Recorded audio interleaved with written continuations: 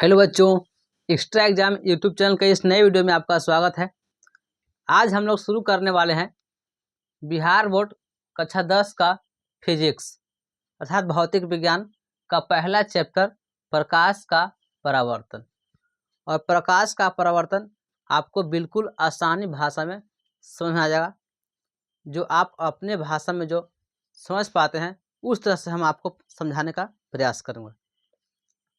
हम बिहार बोर्ड कक्षा 10 के हर विषय का चैप्टर वाइज ऑब्जेक्टिव आपके लिए प्लेलिस्ट में अपलोड कर दिया है, आप उसको अवश्य देख लें। यदि आप चाहते हैं कि ज़्यादा से ज़्यादा नंबर आए और एग्ज़ाम में रिजल्ट अच्छा लाएं तो हमारे चैनल को ज़रूर सब्सक्राइब कर लें और अपने मित्रों तक ज़रूर शेयर कर दें। आइए हमारे वीडियो में बनिए और अंत तक वीडियो में बन रहे ताकि बिल्कुल आपको आसानी भाषा में ये चैप्टर समझ में आ जाएगा। तो हम लोग शुरू करते हैं। पहला ध्यान दीजिएगा, प्रकाश का परावर्तन में पहला प्रश्न आपसे पूछे जा सकते हैं कि प्रकाश क्या है। जब प्रकाश के परावर्तन से प्रश्न आएगा तो पूछेगा कि प्रकाश है क्या, प्रकाश क्या है, प्रकाश की परिभाषा बताइए। तो कहेंगे प्रकाश एक प्रकार का ऊर्जा है। प्रकाश क्या है? एक प्रकार का ऊर्जा है जो हमारे नेत्र को देखने की क्षमता प्रदान करता है। मतलब हमारे आँखों को देखने का क्षमता प्रदान करता है। आँख को देखने की क्षमता बढ़ता है यह प्रकाश के कारण से ही। यदि यह प्रकाश न हो तो आँख को देखने का क्षमता नहीं होगा, क्योंकि जब हम लोग अंधेरे में रहते हैं तो कुछ वस्तु दिखाई नहीं देता है। क्यों नहीं दिखाई देता है? क्योंकि हमारे आँख का क्षमता ही नहीं है, और वो क्षमता कौन देता है? प्रकाश देता है। क्लियर है? यानी जब प्रकाश कहेंगे हमारे नेत्र को देखने की क्षमता प्रदान करता है, मतलब देता है। जब प्रकाश की किरण किसी वस्तु पर पड़ती है, जब प्रकाश की किरण किसी वस्तु पर पड़ती है और वस्तु से टकरा कर हमारे आँखों तक पहुँचती है, वस्तु से टकरा के हमारे आँखों तक पहुँचती है, तब वह वस्तु हमें दिखाई देता है, यानी तब उस वस्तु को हम देख पाते हैं। जैसे यह वस्तु है तो इस पर प्रकाश से किरण पड़ रही है और वो हमारे आँखों तक पहुँच रहा है, तब हम लोग उस वस्तु को देख रहे हैं, नहीं तो हम देख नहीं पाते। जैसे इसे रोक लीजिए, बस दिखाई दे रहा है वस्तु नहीं, क्योंकि प्रकाश यहाँ भी है लेकिन टकरा के वापस हमारी आँखों तक नहीं आ रहा है। यानी वस्तु पर पड़ेगी प्रकाश और टकरा कर हमारी आँखों तक पहुँच के आएगी, तब हम उस वस्तु को देख पाते हैं। अतः हम इस तरह से कह सकते हैं कि हम किसी वस्तु को नहीं देखते हैं, वस्तु हमें देखती है। हम किसी वस्तु को नहीं, वस्तु हमें देखती है। कैसे? क्योंकि जो वस्तु अपने दीवार के उस दूसरे साइड है तो उसको हम नहीं देख पा रहे हैं, क्योंकि उस वस्तु पर जो प्रकाश की किरण पड़ रही है उससे टकरा कर हमारे आंखों तक वापस नहीं आ रही है, बीच में कोई अवरोधक पदार्थ लगा हुआ है। लेकिन जो वस्तु पर प्रकाश की किरण पड़ रही है और उससे टकरा कर हमारे आंखों तक आ रही है तो वह वस्तु हमें स्पष्ट दिखाई दे रहा है। यानी हम कह सकते हैं कि वस्तु को हम नहीं देखते बल्कि वस्तु हमें देखती है। क्लियर है? इन प्रकाश की परिभाषा आगे समझ में। जब प्रकाश एक प्रकार का ऊर्जा है जो हमारे नेत्र को देखने का क्षमता प्रदान करता है। जब प्रकाश से किरण किसी वस्तु पर पड़ती है और वस्तु से टकराकर हमारी आंखों तक पहुंचती है, तब वह वस्तु हमें दिखाई देता है। अब ध्यान दीजिएगा, प्रकाश के बारे में परिभाषा बताए थे न्यूटन ने बताया प्रकाश क्या है। तो न्यूटन ने कहा कि प्रकाश एक कण है जो सीधी रेखा में गमन करती है। मतलब प्रकाश के बारे में न्यूटन ने बताया कि प्रकाश क्या है? एक प्रकार का कण है जो सीधी रेखा में गमन करती है। उसी प्रकार से ये हाइगेंस ने बताया कि हाइगेंस क्या है? प्रकाश एक तरंग है। हाइगेंस ने क्या बताया? प्रकाश एक तरंग है। लेकिन आइंस्टीन ने बताया कि प्रकाश एक विद्युत चुंबकीय तरंग है जो छोटे छोटे ऊर्जा पैकेट फोटोन से मिलकर बने होते हैं। मतलब इन्होंने बताया कि क्या है प्रकाश। प्रकाश के बारे में तीन गो वैज्ञानिक तीनों अलग अलग बात बोल रहे हैं। पहला है न्यूटन, इन्होंने बताया कि प्रकाश एक कण है जो सीधी रेखा में गमन करती है। अर्थात न्यूटन ने प्रकाश को कण कहा, अर्थात कणिका सिद्धांत किसने दिया? तो न्यूटन ने दिया। ये हाइगेंस आया, हाइगेंस बताए कि प्रकाश एक तरंग है। उन्होंने कहा कि प्रकाश कण नहीं है, एक तरंग है जो तरंग की तरह चलता है, धारा की तरह चलता है। किसको बोलेंगे? तरंगाग्र सिद्धांत। हाइगेंस ने सिद्धांत दिया तरंगाग्र सिद्धांत। लेकिन आइंस्टीन के अनुसार प्रकाश कहा कि एक विद्युत चुंबकीय तरंग है जो छोटे छोटे ऊर्जा पैकेट के रूप में, ऊर्जा पैकेट फोटोन से मिलकर बने होते हैं। तो तीनों के अपने अपने विचार थे। ये हम लोग वर्तमान में आइंस्टीन के बारे में पढ़ते हैं कि आइंस्टीन ने ही बताया था कि प्रकाश क्या है। तो प्रकाश एक प्रकार का विद्युत चुंबकीय तरंग है जो छोटे छोटे ऊर्जा पैकेट के रूप में बने होते हैं। क्लियर है। अब हम लोग आगे बढ़ते हैं। प्रकाश तो समझ आ गया, प्रकाश क्या है से, प्रकाश के बारे में कौन कौन सा वैज्ञानिक क्या क्या कहे थे। आते हैं अगला प्रश्न पे हम लोग। देखिए प्रकाश के बारे में पूछा गया है, ध्यान दीजिए यहाँ पे प्रश्न है कि वस्तुओं को कितने भागों में बांटा गया है। पूछाएगा कि प्रकाश के दृष्टिकोण से वस्तु कितने भागों में बांट सकते हैं। तो प्रकाश के दृष्टिकोण से वस्तुओं को 2 भागों में बांट सकते हैं। जितने ही वस्तु हैं वस्तुओं को 2 भागों में बांट सकते हैं। किसके से, तो वस्तुओं को 2 भागों में बांटते हैं प्रकाश उत्सर्जन करने के दृष्टिकोण से। प्रकाश उत्सर्जन करने के दृष्टिकोण से वस्तुओं को 2 भागों में बांटा गया है। पहला बोलेंगे प्रदीप्त पिंड। पहले क्या बोलेंगे, प्रदीप्त पिंड। कहेंगे वे वस्तुएं अथवा पिंड जिसके पास अपना प्रकाश हो उसे प्रदीप्त पिंड कहते हैं। प्रदीप्त पिंड किसे कहेंगे, तो वैसे वस्तु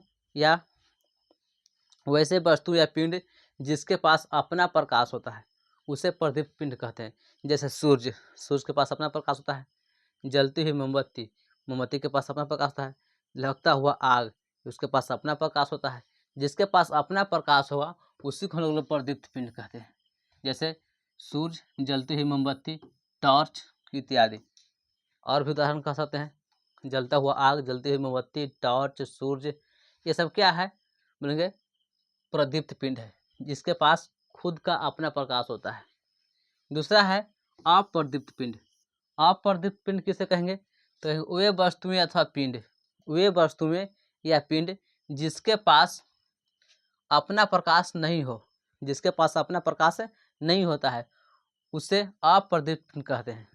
वे वस्तु या पिंड जिसके पास खुद का अपना प्रकाश नहीं होता है, वह दूसरे के प्रकाश से प्रकाशित करता है, तो उसे हम लोग बोलते हैं अप्रदीप्त पिंड। जैसे ईंट, पत्थर, चंद्रमा इत्यादि।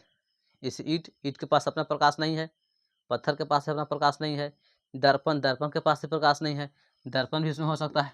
दर्पण के पास भी अपना प्रकाश नहीं होता है, वह दूसरे के प्रकाश से प्रकाशित करता है।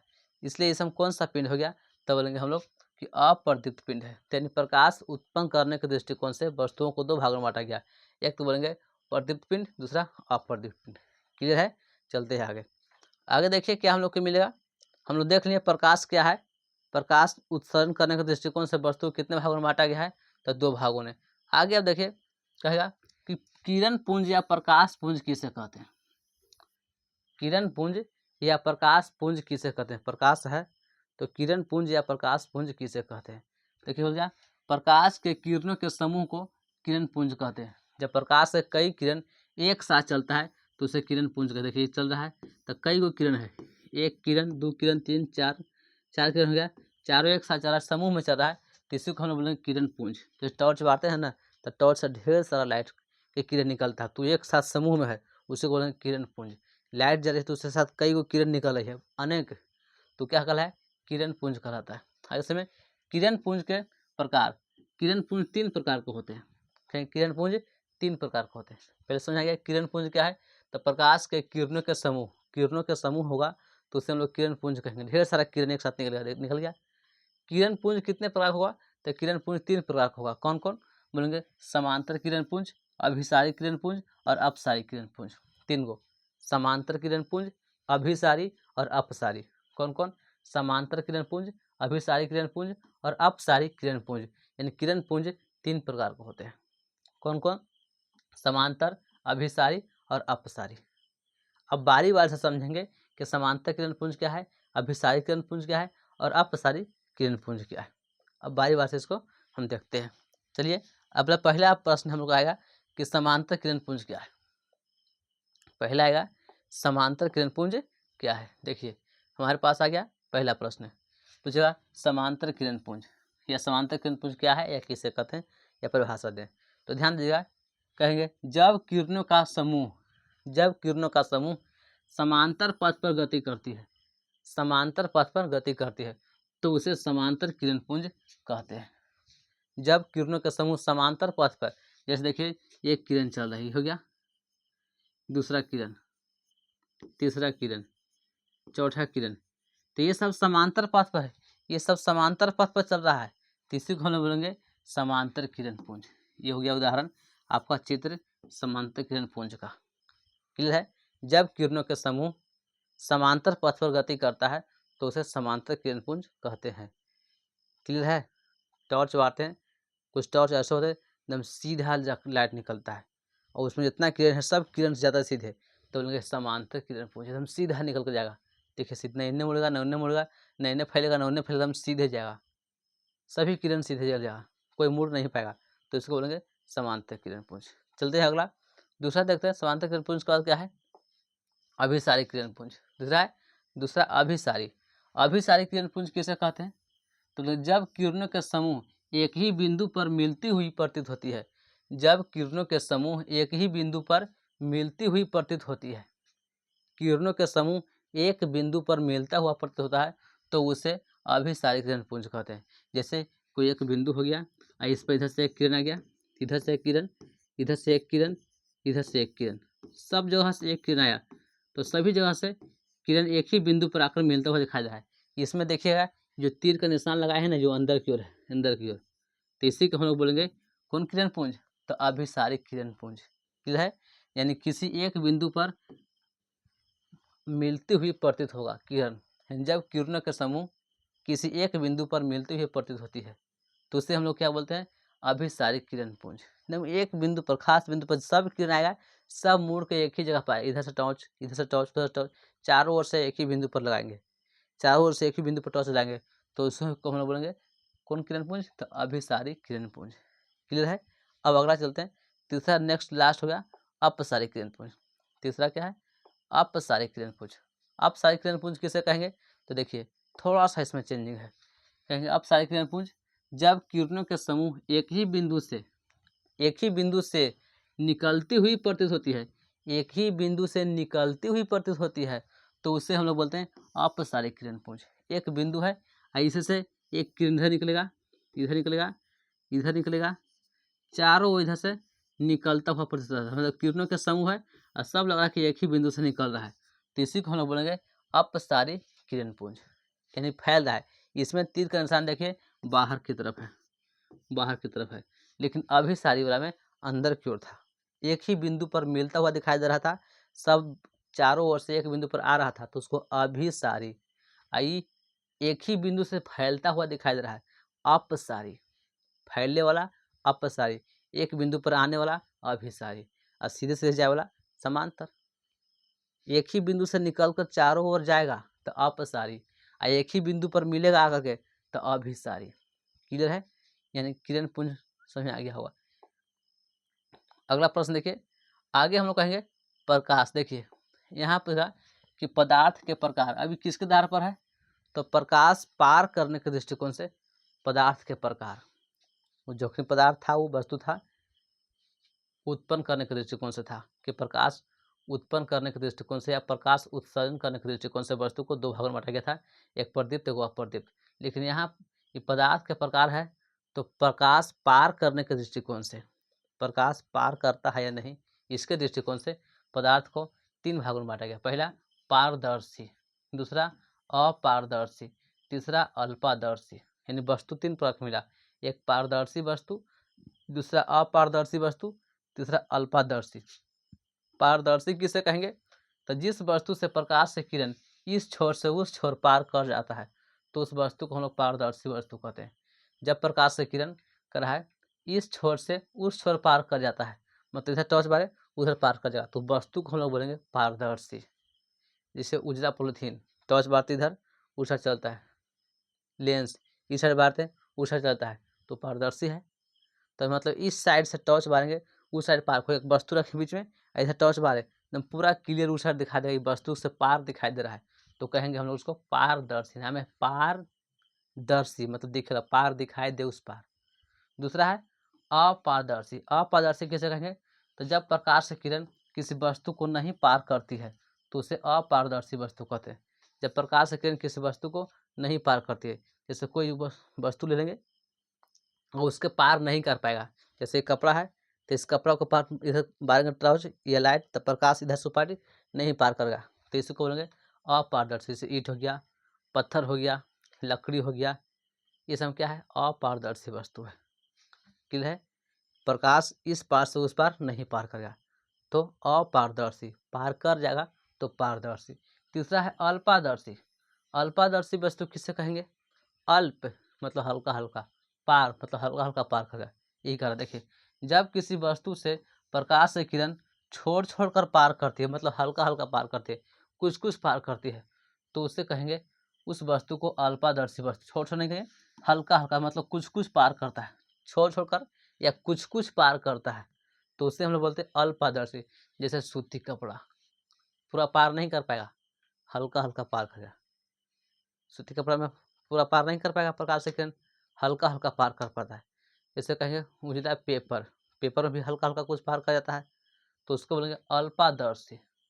क्लियर है? तो प्रकाश पार करने के दृष्टिकोण से वस्तु को तीन भागों में, पारदर्शी, अपारदर्शी और अल्पादर्शी। क्लियर है? चलते आगे बढ़ते। अब हम लोगों ने देख लिया प्रकाश उत्पन्न करने के दृष्टिकोण से वस्तु, प्रकाश पार करने के दृष्टिकोण से वस्तु, ये दो वस्तु को पढ़ा था। अब यहाँ से हमारा प्रश्न आता है कि प्रकाश का परावर्तन से आप क्या समझते हैं। अब ये मेन प्रश्न है। वो जितना प्रश्न हम लोग सीखा वो सब ऑब्जेक्टिव के लिए इंपॉर्टेंट था, क्योंकि उन सबों से ऑब्जेक्टिव मिलाकर पूछ लिया जाता है। या तो आपको समांतर किरणपुंज, अभिसारी किरणपुंज, अपसारी किरणपुंज, ये सब सब्जेक्टिव पूछ लेगा। फिर वस्तु से पूछ लेगा, प्रकाश को उत्सर्जन करने के दृष्टिकोण से प्रदीप्त पिंड और अप्रदीप्त पिंड पूछ लेगा, लेकिन वो सब ऑब्जेक्टिव के लिए है। अब यहाँ से मुख्य प्रश्न आया, प्रकाश का परावर्तन से आप क्या समझते हैं।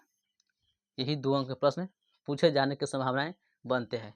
कहेंगे जब प्रकाश की किरण किसी सतह से टकराकर पहले माध्यम में ही वापस लौट जाती है, तो इस घटना को प्रकाश का परावर्तन समझते हैं। जब प्रकाश की किरण किसी सतह से टकराकर, कोई सतह है, टकराकर पहले माध्यम में ही वापस लौट जाता है, तो उसे इस घटना को प्रकाश का परिवर्तन कर। जैसे ये किस सतह है, ये सतह है, थोड़ा सा नीचे कर लेते हैं। चलिए, ये हो गया सतह। तो प्रकाश से किरण को आया है इधर से, ये हो गया किरण, तो इस सतह से टकराकर पुनः वापस पहले माध्यम में, देखिए वापस लौट जाता है पहले माध्यम में। पहला माध्यम का मतलब जिस माध्यम से आ रहा था उसी माध्यम में, दूसरा माध्यम में नहीं, पहले माध्यम में, इस माध्यम से इसी माध्यम में पुनः वापस लौट जाएगा। ये आते हुए दिखाई दे रहा है, वो लौटते हुए दिखाई दे रहा है, तो इसी के घटना को हम लोग क्या बोलेंगे, प्रकाश का परिवर्तन। सीधे देखिए, लौट कर जाने की घटना परिवर्तन कहलाता है। लौट कर, प्रकाश लौट के आएगा तो प्रकाश का परिवर्तन। प्रकाश से किरण टॉर्च, जैसे शीशा पर मारेंगे जैसे लाइट, तो शीशा से दूसरी ओर प्रकाश किरण टकरा करके उधर को भाग जाता है, तो शीशा क्या करता है, प्रकाश से किरण को परिवर्तित कर देता है।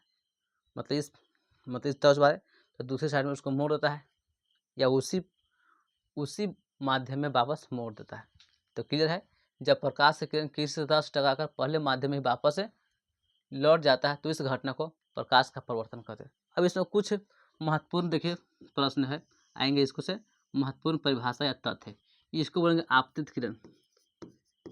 आपतित किरण, आपतित किरण किसे कहेंगे, तो सतह पर आने वाली किरण को आपतित किरण कहते हैं। सतह पर पड़ने वाली किरण को आपतित किरण कहते हैं। यह है परावर्तित किरण।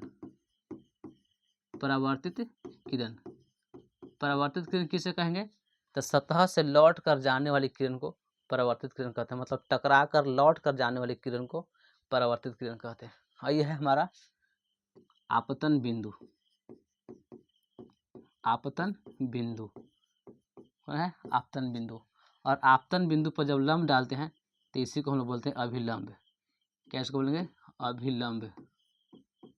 अभिलंब, तो अभिलंब क्या है, तो आपतन बिंदु पर डाला गया लंब अभिलंब कहलाता है। आपतन बिंदु क्या है, तो जिस बिंदु पर प्रकाश से किरण आकर पड़ती है उसी बिंदु को आपतन बिंदु कहते हैं, और उसी बिंदु से प्रकाश की किरण लौट जाएगा, तो ये बिंदु कौन कहलाया, आपतन बिंदु। ये गया आपतन बिंदु। और आपतन बिंदु पर खींचा गया लंब, ये लंब है, इसको बोलेंगे अभिलंब। क्या कहेंगे, अभिलंब। अब देखिए यहाँ पे दो कोण बना, ये लोग कोण, एगो ये कोण, तो आपतित किरण और अभिलंब के बीच बना कोण को आपतन कोण कहते हैं। ये होगा आपतन कोण।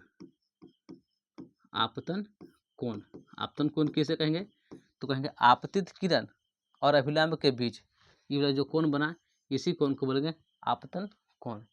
अगला यह है परावर्तन कोण।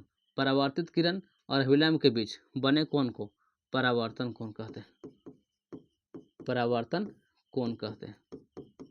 तो ये मुख्य परिभाषा था, कुछ मुख्य तथ्य था। आपतन कोण किसे कहेंगे? आपतन कोण को कोण आई से लिखते हैं, इंसिडेंट रे, इंसिडेंट रे कोण आई, इसको बोलेंगे कोण आर, रिफ्लेक्टेड रे यानी परावर्तन कोण कहते हैं। तो देखिए आपतित किरण हो गया, सतह पर पड़ने वाली किरण को आपतित किरण कहते हैं, सतह से लौट कर जाने वाली किरण को परावर्तित किरण कहते हैं। ठीक है, आपतन बिंदु किसे कहते हैं? तो जिस बिंदु पर सतह के जिस बिंदु पर प्रकाश से किरण आती है उस बिंदु को आपतन बिंदु कहते हैं। अभिलंब किसे कहते हैं? तो आपतन बिंदु पर खींचा गया लंब अभिलंब कहलाता है। आपतन कोण किसे कहते हैं? तो आपतित किरण और अभिलंब के बीच बने कोण को आपतन कोण कहते हैं। कहेगा आपतन कोण किसे किसके बीच बनता है? तो कहिएगा आपतित किरण और अभिलंब के बीच। परावर्तन कोण कहाँ बनता है? तो कहेंगे परावर्तित किरण और अभिलंब के बीच। क्लियर है? आइए इन सब को परिभाषा को एक नज़र में देख लेते हैं। चलिए ये रहा हमारा परिभाषा। परिभाषा में पहला है देखिए आपतित किरण, सतह पर पड़ने वाली किरण को आपतित किरण कहते हैं। क्लियर है? दूसरा परावर्तित किरण, सतह से टकराकर लौट कर जाने वाली किरण को परावर्तित किरण कहते हैं। अगला है आपतन बिंदु, जिस बिंदु पर आपतित किरण टकराकर वापस लौट जाती है तो उस बिंदु को आपतन बिंदु कहते हैं। आके टकरा के लौट गया उस बिंदु को आपतन बिंदु कहते हैं। अभिलंब, तो सतह के किसी बिंदु पर खींचे गए लंब को अभिलंब कहते हैं। यहाँ हालांकि आपतन बिंदु कहेंगे, आपतन बिंदु पर भी खींच सकते हैं या किसी बिंदु पर खींचेंगे तो उसको अभिलंब कहा ही गया। तो हम लोग उसको खींचेंगे अभिलंब, सतह के किसी बिंदु पर खींचे गए लंब को अभिलंब कहते हैं, अर्थात आपतन बिंदु पर खींचे गए लंब को अभिलंब। यहाँ कहेंगे सतह किस बिंदु नहीं है, आपतन बिंदु पर खींचे गए लंब, यहाँ आपतन बिंदु कहेंगे, आपतन बिंदु पर खींचे गए लंब को अभिलंब कहते हैं। हालांकि अभिलंब कहीं भी खींचागा, लंब कहीं भी खींचागा, लेकिन अभिलंब कहेगा तो आपतन बिंदु पर खींचागा। तो ये लिखेंगे यहाँ पे आपतन बिंदु पर खींचे गए लंब को अभिलंब कहते हैं। अगला आपतन कोण किसे कहेंगे? आपतन कोण आपतित किरण और अभिलंब के बीच बने कोण को आपतन कोण समझाए थे। दूसरा परावर्तन कोण, कोण आर से परावर्तित किरण और अभिलंब के बीच बने कोण को परावर्तन कोण कहते हैं। यदि आप इस सब का नोट्स चाहते हैं तो कमेंट बॉक्स में जरूर लिखें, हम आपको नोट्स उपलब्ध करा देंगे। वो है प्रिंटेड नोट्स होगा, आप उसको आसान से निकलवा भी सकते हैं या लिख सकते हैं देख करके। चलिए अब आगे की हम बढ़ते हैं। तो हम लोग देख लिए प्रकाश के परिवर्तन, प्रकाश के परिवर्तन से कुछ तथ्य, कुछ परिभाषाएं। अब हम लोग पढ़ेंगे प्रकाश के परिवर्तन के नियम, प्रकाश के परिवर्तन के नियम। तो बोलेंगे प्रकाश के परिवर्तन के दो नियम होते हैं, परावर्तन कहे चाहे अपवर्तन कहे, दोनों का एक दो ही नियम होता है। तो प्रकाश के परिवर्तन के दो नियम होते हैं। कितने नियम? प्रकाश के परिवर्तन के दो नियम होते हैं। पहला नियम देखिए, नियम एक, आपतित किरण, परावर्तित किरण और आपतन बिंदु से खींचा गया लंब तीनों एक ही समतल में होता है। कौन कौन? आपतित किरण, परावर्तित किरण और आपतन बिंदु से खींचा गया अभिलंब तीनों एक ही समतल में होता है। देखिए ये हो गया सतह, यह आपतित किरण, परावर्तित किरण और आपतन बिंदु पर खींचा गया अभिलंब, ये तीनों है ना एक ही सतह में, तीनों किस में? एक ही सतह में होता है। इसी हम लोग बोलते हैं प्रकाश के परिवर्तन का पहला नियम। पहला नियम में तीनों एक ही सतह में होता है, आपतित किरण, परावर्तित किरण और आपतन बिंदु से खींचा गया अभिलंब तीनों एक ही समतल में होता है, तीनों एक ही समतल में होता है, सतह नहीं, तीनों एक ही समतल में होता है। इसे ही हम लोग क्या बोलते हैं? प्रकाश के परिवर्तन का पहला नियम। प्रकाश के परिवर्तन का पहला नियम के लिए है तीनों एक ही बिंदु पर होगा, आपतित किरण होगा, परावर्तित किरण होगा और अभिलंब तीनों एक ही बिंदु पर होगा। तो हम लोग बोलेंगे उसको क्या चीज? प्रकाश के परिवर्तन का पहला नियम। मतलब तीनों एक ही बिंदु पर खड़ा है, एक ही समतल में खड़ा है, एक बिंदु में कहें तीनों एक ही समतल में खड़ा है, तो इसे हम लोग बोलेंगे प्रकाश के परिवर्तन का पहला नियम। दूसरा नियम देखिए, दूसरा नियम क्या है? नियम 2, आपतन कोण का मान परावर्तन कोण के मान के बराबर होता है। आपतन कोण का मान परावर्तन कोण के मान के बराबर होता है, जिसे प्रकाश के परिवर्तन का दूसरा नियम कहते हैं। आपतन कोण का मान देखिए, ये वाला आपतन कोण था, तो अगर मान लें कि 22 डिग्री होगा तो यह 22 डिग्री होगा, इसका मान इसके मान के बराबर होता है। दूसरा नियम में क्या कहा गया? आपतन कोण का मान परावर्तन कोण के मान के बराबर होता है। यह है आपतन कोण, अगर ये आपतन कोण 50 डिग्री तब परावर्तन कोण भी कितना होगा? 50 डिग्री। आपतन कोण 70 डिग्री तो परावर्तन कोण भी कितना होगा? 70 डिग्री। दोनों बराबर होता है, आपतन कोण का मान परावर्तन कोण के मान के बराबर होता है, जिसे हम लोग प्रकाश के परिवर्तन के दूसरा नियम कहते हैं। इसमें कोण आई बराबर कोण आर कहते हैं। कोण आई बराबर कोण आर मतलब कोण आई आपतन कोण, कोण आर परावर्तन कोण, दोनों आपस में क्या होता है? बराबर होता है, प्रकाश के परिवर्तन के दूसरा नियम से। क्लियर है? तो प्रकाश के परिवर्तन के कितने नियम होंगे? दो नियम होंगे। अब आगे हम लोग समझेंगे, पढ़ते हैं दर्पण के बारे में। अगला हम लोग क्या है, दर्पण।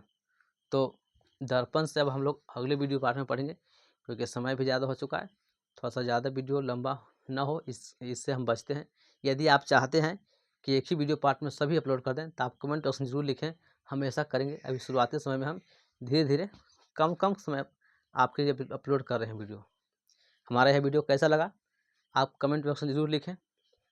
यदि उपयोगी हुआ हो तो एक अच्छा प्यारा सा कमेंट जरूर लिखें और अपने मित्रों तक जरूर शेयर कर दें। मिलते हैं अगले वीडियो में, तब तक के लिए धन्यवाद।